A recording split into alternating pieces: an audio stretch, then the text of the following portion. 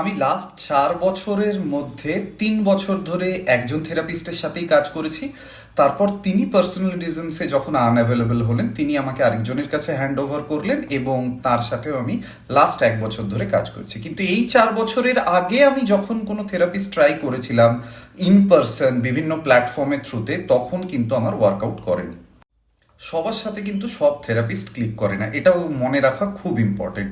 আমি যে থেরাপিস্টের সাথে 3 বছর 1 বছর কাজ করেছি, আমারই পরিচিত জন আমার রেফারেন্সে গিয়ে তাদের সাথে কিন্তু তাদের ওয়ার্কআউট করেনি। This is completely natural. একজন good therapist in my opinion তার পার্সোনাল বিলিফ প্রেফারেন্সেস বা ওপিনিয়নকে সাইডে রেখে যার সাথে কাউন্সেলিং করছে তার মতো করে তাকে হেল্প করার চেষ্টা করে, নিজের থেকে কোনো কিছু কিন্তু চাপিয়ে দেয় না।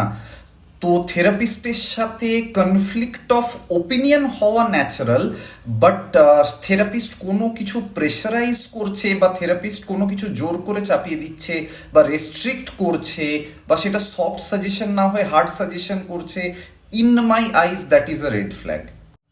ডিউরিং থেরাপি কোনো কিছুই যদি পছন্দ না হয়, ভালো না লাগে, খারাপ লাগে, আনকমফোর্টেবল লাগে, সেটা থেরাপিস্টকে জানানো ভীষণ ভীষণ ইম্পর্টেন্ট উইদাউট হেজিটেশন। সেটা জানার পর, শোনার পর তিনি তার অ্যাপ্রোচকে রিয়ালাইন করছে কিনা